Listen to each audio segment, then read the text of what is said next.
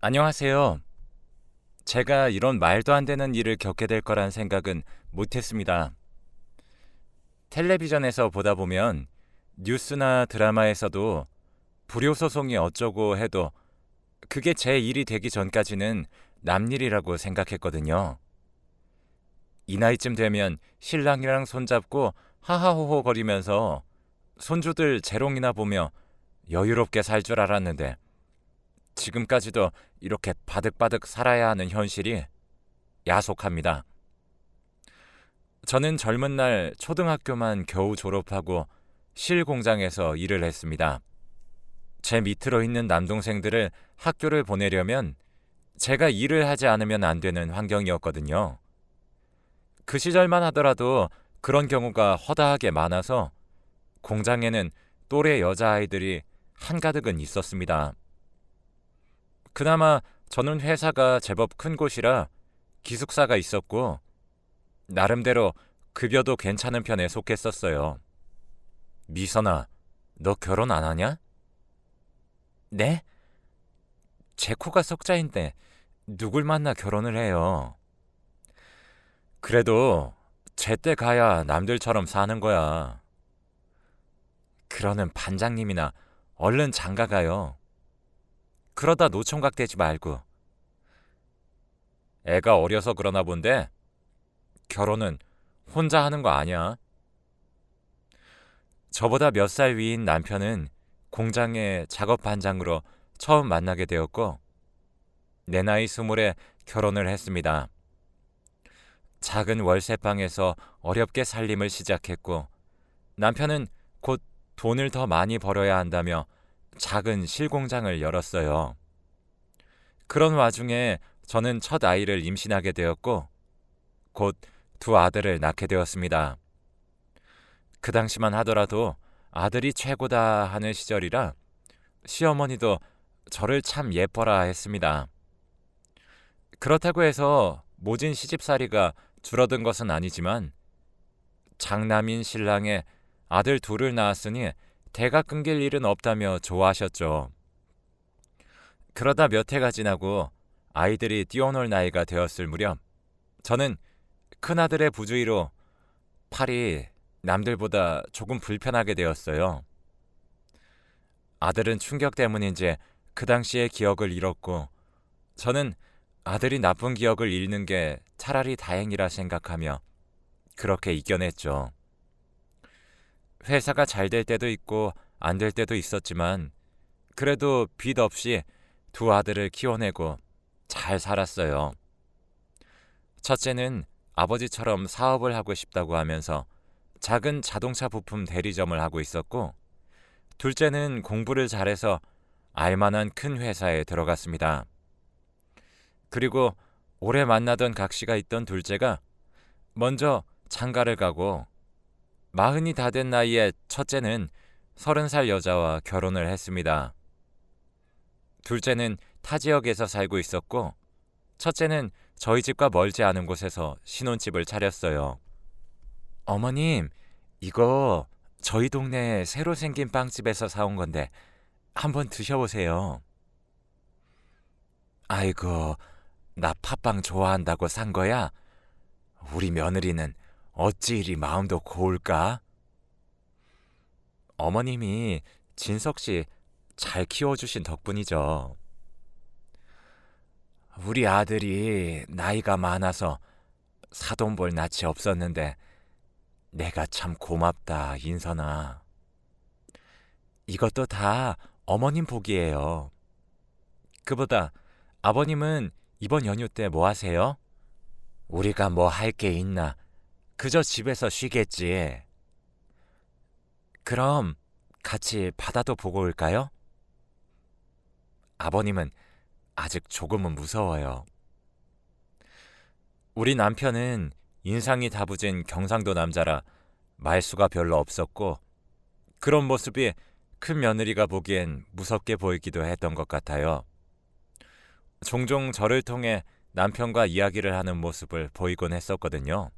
그리고 결혼 후 얼마 지나지 않아 큰아들의 사업은 많이 기울게 되었고 이후 부부가 함께 어린이집을 운영해 보겠다고 이야기를 했습니다. 거기서 저희 남편이 돈을 좀 보태줬고 어린이집 운영을 시작했어요. 저는 신랑이랑 첫째가 사업을 했지만 저는 그쪽으로는 무지렁이라 알지 못했고 잘 되고 있다, 요즘 힘들다 정도만 알고 있었습니다. 어린이집은 몇 년 정도 했었고 그 사이에 조카도 태어났어요. 어린이집을 하고 가족여행도 가던 그 시절이 저한테는 가장 행복했던 순간이 아니었나 싶습니다. 그리고 얼마 뒤 신랑은 지병을 앓고 있던 당뇨 합병증으로 먼저 세상을 떠나게 되었어요. 엄마, 너무 상심하지 마. 그래도 우리가 근처에 살고 있으니까 더 자주 찾아올게. 그럴 필요 없다. 나 혼자 괜찮으니 너희도 너희대로 잘 살아야지. 무슨 그런 섭섭한 말을. 우선 정리 좀 되면 모시러 올게요. 아, 난 괜찮대도. 나 혼자 정말 괜찮아. 이 동네 아줌마들도 친하고. 저는 그 동네에서 30년을 넘게 살았기 때문에 주변의 슈퍼 총각, 미용실 아줌마, 그리고 같은 동네 주민들까지 곁에 많은 사람들이 있었습니다. 하지만 자식들이 보기엔 혼자 있는 제가 외로워 보이기라도 했던 건지 기어이 저에게 함께 살자고 이야기를 하고는 했어요. 둘째는 타 지역에 있다 보니 형에게 잘 부탁한다 이야기를 했고, 그래도 장남이라고 저를 모시고 살겠다며 첫째는 적극적이었습니다. 신랑이 떠나고 6개월 뒤 저는 아들의 집에 들어가서 살게 되었는데 매일같이 고기 반찬에 간단한 간식까지 챙겨주며 며느리가 아주 고생이 많았습니다. 팔이 불편하기는 했지만 제가 혼자 할 수 있는 청소기를 돌리는 것이나 빨래를 개는 정도는 아들 내외가 일을 하러 간 사이 제가 하고 있었죠. 어머님, 이런 거 제가 한다고 안 하셔도 된다고 말씀드렸잖아요. 집에 혼자 있기 심심해서 그랬지. 일은 잘 다녀왔니? 네, 진석 씨는 좀 이따 애들 데려다 주고 들어올 거예요. 오늘 저녁은 뭐 드시고 싶으세요? 불고기랑 찌개용 고기 샀는데. 나는 그래도 국물이 좋지. 조금만 기다리세요. 된장국이라도 금방 끓여드릴게요. 아, 내가 미안해서 어째. 저는 아들 내외에게 얹혀 사는 게 사실 미안해서 며느리에게 한 달에 50만 원씩 용돈도 챙겨주고 손주 녀석 장난감도 사주고 그랬어요. 저도 염치가 있으니 그냥 있기는 미안했거든요. 몇 달이 지나고 나서부터 아들 부부의 분위기가 조금씩 이상했습니다. 밥을 먹을 때도 말이 없고 큰아들은 밤늦게 술에 취해 들어오는 날이 많아졌고, 저는 걱정되는 마음에 며느리에게 이유를 물어봤습니다. 아들 녀석의 어린이집에 잘 되지 않아 금전적으로 힘들어서 밤에 대리운전도 하고 돈을 벌고 있었고, 힘들어서 술을 줄곧 마시는 것 같다는 말에 속이 상했습니다. 얼마 정도가 필요한지 물어보니 5천만 원 정도 지인들에게 빌린 게 있는데 그 돈이 해결이 늦어져서 전화도 오고 지인들이 어린이집에 찾아오기도 한다더군요. 저는 아들 녀석이 자존심이 상할 것 같아서 며느리에게 5천만 원을 주면서 그 돈을 갚으라고 했습니다. 며칠 뒤 아들은 평소와 같은 모습으로 돌아왔고 다시 다정한 모습으로 돌아왔어요. 진서가, 이제 나 원래 살던 대로 돌아가야겠다. 집을 너무 오래 비우는 것 같아. 엄마, 안 그래도 그 집 이야기하려고 했는데 그거 그냥 팔고 우리랑 같이 지내는 거 어때? 집을 왜 팔아? 어차피 엄마 우리랑 같이 살고 있고 빈집으로 두면 그냥 돈만 나가는데 아깝잖아. 이 동네는 아는 사람도 없고 너무 심심해서 오래 못 있겠어.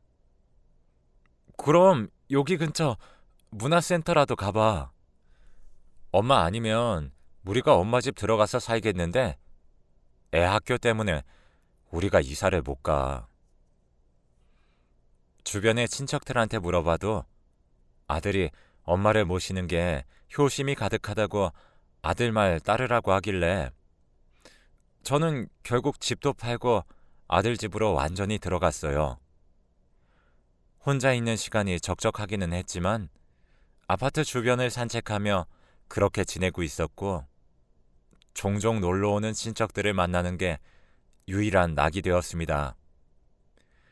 몇 년이 지나 아들은 둘이 나가서 이야기를 하자고 하더니 남편의 유산에 대한 이야기를 하더라고요. 남편이 죽고 나온 사망보험금은 차마 쓸 자신이 없어서 은행에 예금으로 묶어두었고 현금으로 있던 것들은 두 아들에게 나눠서 미리 증여를 해두었습니다. 엄마, 아버지 회사랑 재산들은 다 어떻게 해뒀어요? 그거 너희 다 나눠졌지. 회사는 그 전에 회사가 어렵다고 하던데 그런 건 잘 모르겠다. 아버지 사망보험금만 해도 2억쯤 되잖아. 갑자기 그건 왜? 아, 나 이번에 우리 이 집 정리하고 다른 사업을 생각하고 있어서. 아이고, 일을 꾸준히 해야지. 왜 자꾸 다른 데 손을 대? 어차피 어린이집은 와이프가 운영하던 거고 나는 운전만 했는데 뭐. 그래서 말인데 그 돈 나한테 투자 좀 해줘. 그건 안 되지. 그거 다 너한테 줘버리면 민철이는 어떻게 하고? 내가 벌어서 챙겨주면 되지. 장남이 잘 돼야 집안이 사는 건데. 분명 그 자리에서 딱 잘라 말을 했음에도 불구하고 집으로 돌아와서까지 큰아들은 물론이고 며느리까지 합세해서 저를 들들 볶기 시작했어요. 그런 와중에 집으로 웬 험한 사람들이 찾아와서는 큰아들을 찾기 시작했고 며느리는 흠칫 놀라며 저를 보고 방으로 숨으라고 했어요. 한참을 현관에서 시끄럽게 하던 남자들은 경찰에 신고를 받고 사라졌고 저는 놀란 가슴을 쓸어내리며 며느리에게 무슨 일이냐고 물었습니다. 저 사람들은 뭐야? 무슨 일이야? 그게 진석 씨가 사업한다고 사채를 좀 썼다나 봐요. 사채? 아이고, 뭐? 뭘 얼마나 어떻게 썼길래 집까지 찾아와? 3억 정도로 들었어요. 세상 무서운 줄 모르고 무슨. 애는 어딨어? 아마 근처 찜질방에 숨어 있을 거예요. 죄송해요, 어머님. 저는 당장 아들에게 전화를 걸었고 아들이 작은 목소리로 전화를 받으며 제가 돈을 빌려주지 않아 어쩔 수 없었다고 했습니다.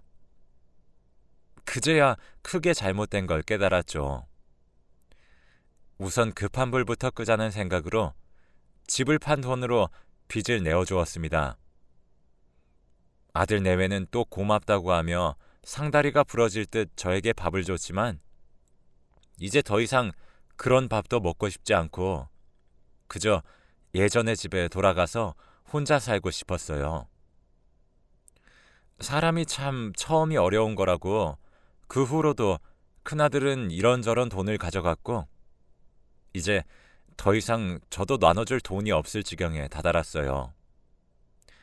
야금야금 작게는 몇십만 원에서 크게는 몇천만 원까지 그렇게 몇 년을 돈을 뜯어갔고 아파서 병원에 다니려고 체크카드를 긁었는데 그 많은 돈이 없어졌어요.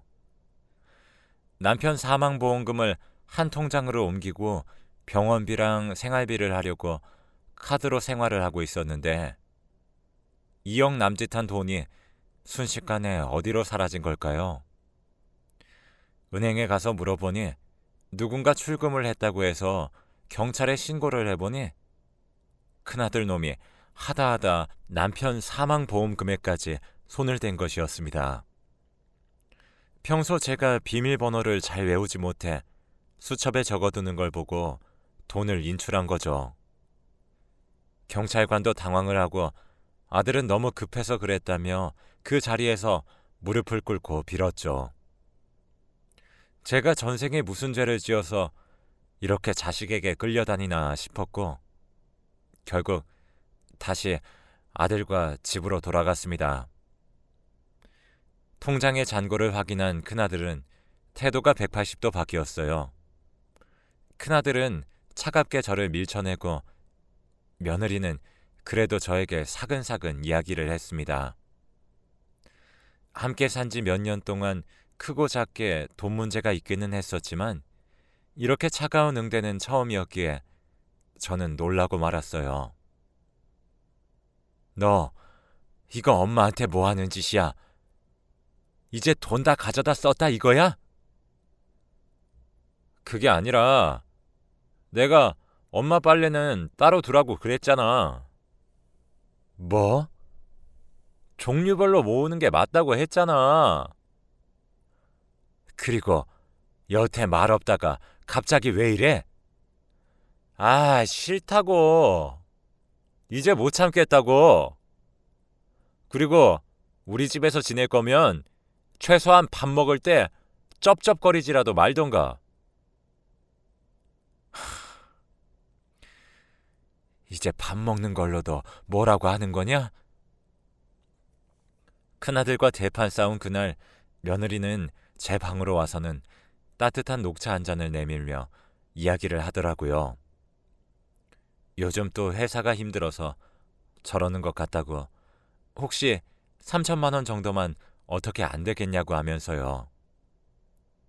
너무 화가 나서 나가라고 소리를 질렀고 문을 쾅 닫아버렸습니다. 큰아들 내외는 더 이상 저에게 가족이 아닌 그저 제 돈만 노리는 기생충으로 보이기 시작한 거죠. 그 이후로 입에 담기조차 힘든 모욕을 수도 없이 당했고 너무 치욕스럽고 화가 나서 어디 신고라도 하고 싶은데 집에는 전화기가 없었어요. 제 휴대폰은 이미 큰아들에게 뺏긴 지 오래였고요. 그런데 이제 정말 가진 거 없으세요? 정말이다. 정말 없어. 아, 정말 곤란하네요. 제가 그동안 어머니께 해드린 밥값이 얼만데 저희 지환이 유학이라도 보내주실 줄 알았는데 실망이에요. 며느리는 제 앞에서 다리를 꼬고 앉아서 큰아들에게 말을 했고 큰아들은 저를 쳐다보지도 않은 채 밥을 먹으며 대답했습니다. 그래, 이제 그만하자. 저 늙은이 이제 기초생활수급자라서 나랏돈 타서 쓰겠지. 그리고 수저를 내려놓으며 저를 잡고 밖으로 던지듯 내쫓았습니다. 제 옷가지와 휴대폰은 주지 않았어요. 저는 갈 곳이 없었습니다.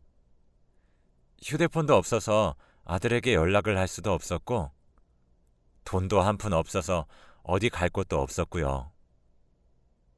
그저 작은 아들은 1시간 떨어진 거리에 살고 있다는 게 제가 아는 전부였고 그나마 기억을 더듬어 예전 신랑이 운영하던 공장으로 갔어요. 택시비도 없어서 그 앞에서 직원에게 돈을 빌려서 택시비를 냈고 그 직원에게 휴대폰을 겨우 빌릴 수 있었습니다.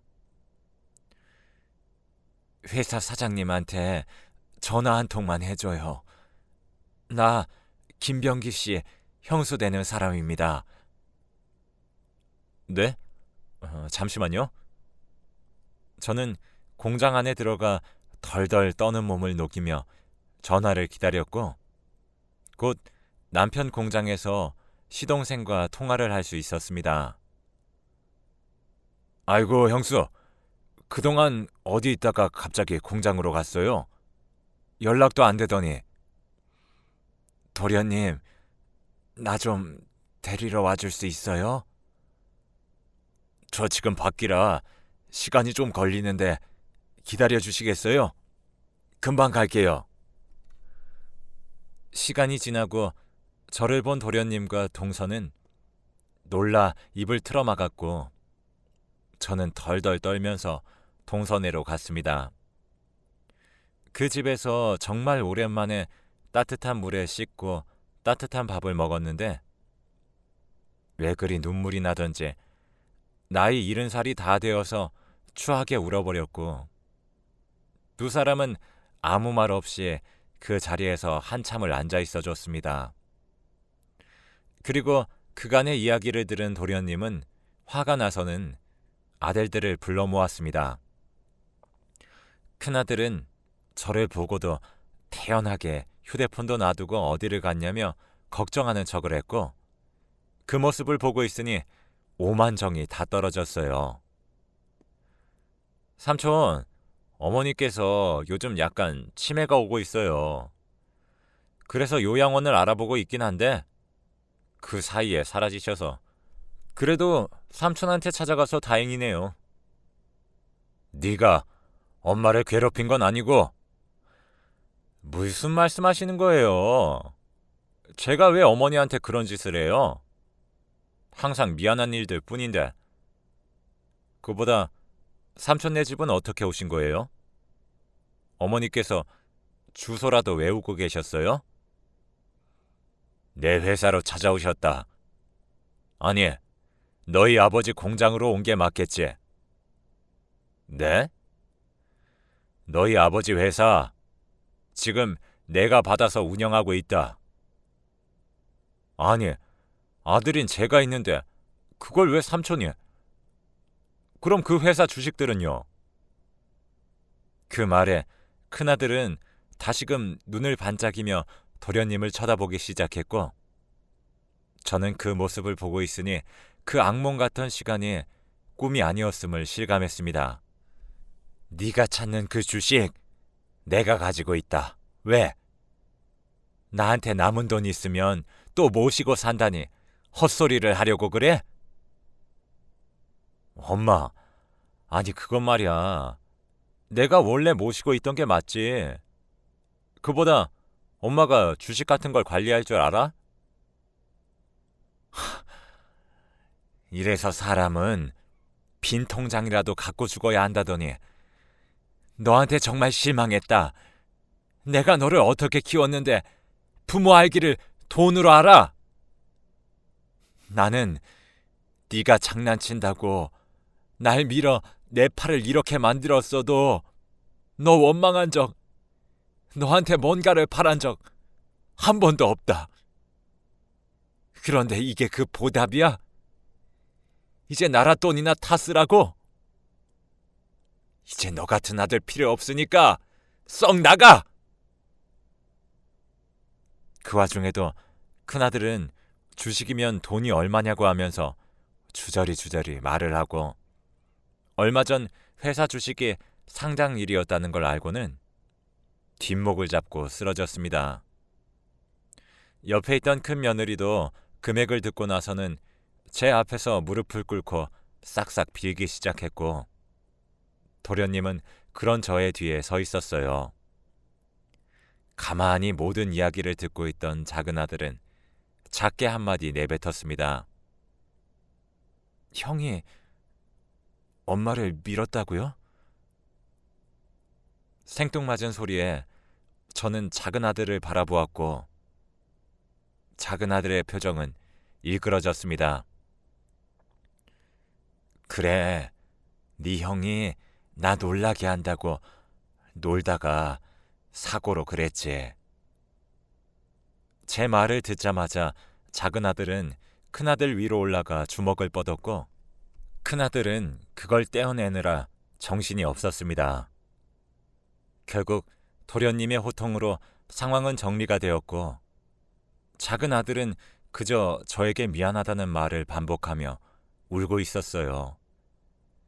미안한 것으로 치면 제대로 재산도 나눠주지 못한 작은 아들에게 제가 더 미안한데 계속 미안하다는 말만 하고 있길래 제가 왜 그러냐며 다독여줬더니 하는 말이 가관이었습니다. 큰아들은 사고 당시의 기억을 잃은 게 아니라 처음부터 기억을 하고 있었고 제가 학교에 오는 모습들도 부끄러워하며 지냈어요. 그러면서 작은 아들에게 너 때문에 엄마가 아픈 거다 하며 계속 이야기를 했고 계속해서 그런 이야기를 들은 작은 아들은 저에게 미안한 마음에 가까이 다가오지도 살갑게 하기도 죄스러웠다고 했어요. 불행인지 다행인지 일을 하는 지역에 거리가 있어서 왕래가 잦지 않았고 그렇다 보니 더욱이 이야기를 할 시간이 많지 않았습니다. 작은 아들은 용기를 내보려 했지만 겁이 나서 말을 못했다고 결혼할 때에도 형이 엄마가 너랑 가까이 사는 게 불편하다고 하시더라 라고 했다고 이야기를 하더군요. 본인의 실수이자 잘못을 동생에게 덮어 씌운 걸로도 모자라 저를 철저하게 고립시키는 큰아들이 저는 더 이상 제 아들 같지 않았습니다. 저는 주식을 일부 정리하고 제가 살 집을 마련했어요. 제 나이에 주식이라는 게 참 이상하기도 한데 동서가 도와준 덕분에 이렇게라도 살 수 있게 되네요. 사실 처음 남편이 도련님께 공장을 넘기고 일부를 주식으로 저에게 준다고 했을 때 무슨 말인지 이해가 하나도 되지 않았었는데 이 일이 있고 도련님에게 하소연하며 땡전 한 푼 없이 이제 어디서 어떻게 살아야 할지 모르겠다고 말을 하니 주식 이야기를 꺼내더라고요. 솔직히 큰아들 때문에 이제 가족도 믿지 못하겠지만 스스로 하는 방법을 배워뒀으니 혼자서 어떻게든 하면서 지낼 수 있을 거라 생각합니다. 저는 제가 다시 원래 살던 곳으로 왔습니다. 남편과 함께 살던 집은 아니지만 저와 친했던 동네 사람들이 있는 이곳이 제가 머물러야 할 곳이라는 생각이 들었고요. 집 주소는 작은 아들 부부에게만 알려주고 다른 사람들에게 알려주지 않았음에도 얼마 전 큰 애들 부부가 찾아왔었습니다. 어떻게 알고 온 거야? 목욕탕집 아줌마가 바로 알던데 뭐. 엄마, 내가 정말 미안해. 그러니까 한 번만 더 도와줘. 나는 이제 네가 무섭다. 내 아들인데 내 아들 같지 않아. 내가 이번에는 정말로 사채를 썼는데 나 곧 죽을 것 같아. 매일같이 전화 오고 찾아오고 제발 부탁이야.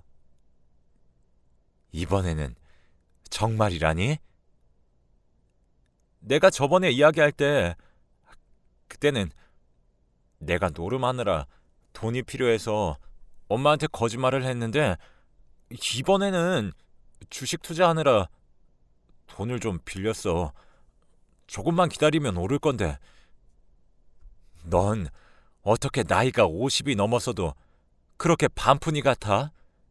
너 줄 돈은 없고 이제 나한테 기댈 생각하지 마. 어차피 엄마 죽으면 우리한테 줄 돈이잖아.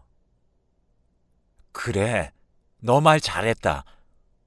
죽고 남은 돈 다 기부해달라고 변호사한테 찾아가서 말할 테니 다시는 오지 마. 내가 죽으면 내 돈도 다 없어지는 거야. 알겠어? 이후로도 몇 번을 찾아온 큰아들은 제가 계속해서 자리를 피해버리자 언젠가부터 오지 않게 되었고, 지금은 그 이후 2년이라는 시간이 흘렀습니다. 저는 저 나름대로 돈 때문에 작은 아들에게 미안했고, 작은 아들은 큰아들이 만든 오해 때문에 저를 어려워했기 때문에 천천히 친해질 시간이 필요했습니다.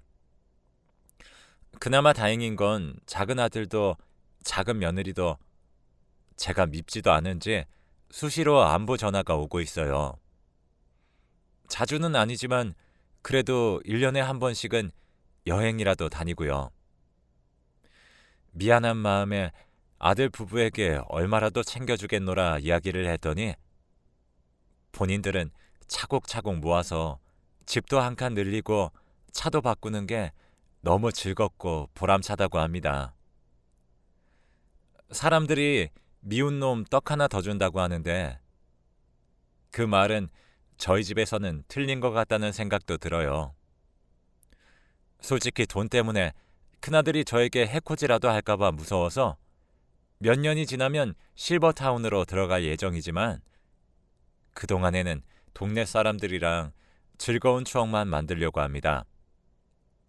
그리고 혹시 궁금해하실 재산은 작은 아들 주려고 땅을 좀 사뒀고 변호사 통해서 유산으로 남길 수 있게 준비를 해두었습니다. 큰아들 말처럼 요즘 기억도 깜빡깜빡해서 이렇게라도 남겨두지 않으면 나중에 제가 또 큰아들의 꼬임에 넘어갈 것 같아서 기억해둬야 합니다. 작은 방에 갇혀 요강으로 생활했던 순간을 치매가 와서 기억을 잃어도 잊지 않을 것입니다. 그리고 컴퓨터 선생님이 제 이야기를 써주셨어요. 선생님, 글 써주셔서 고맙습니다. 늙은 사람 이야기 들어줘서 고맙습니다.